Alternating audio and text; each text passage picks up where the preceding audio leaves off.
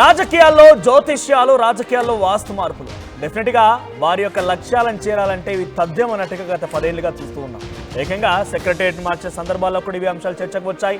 ఏకంగా తమ ఇంటి మార్పులు కానివ్వండి, వాస్తు మార్పులు అన్నీ కూడా మనం కనబడుతూనే ఉన్నాయి. తాజాగా అటువంటి విధంగానే మరో నేత ఆలోచిస్తున్నారట.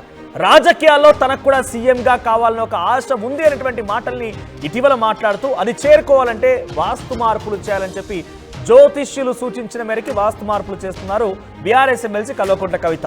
బంజారా హిల్స్లోని కవిత ఇంటి వాస్తు మార్పులకు రూపకల్పన జరుగుతోంది.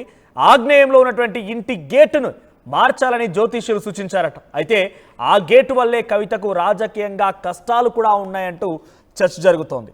ఇంటి సింహద్వారానికి ఎదురుగా కొత్త గేటు పెట్టేందుకు ఏర్పాట్లు జరుగుతున్నాయట.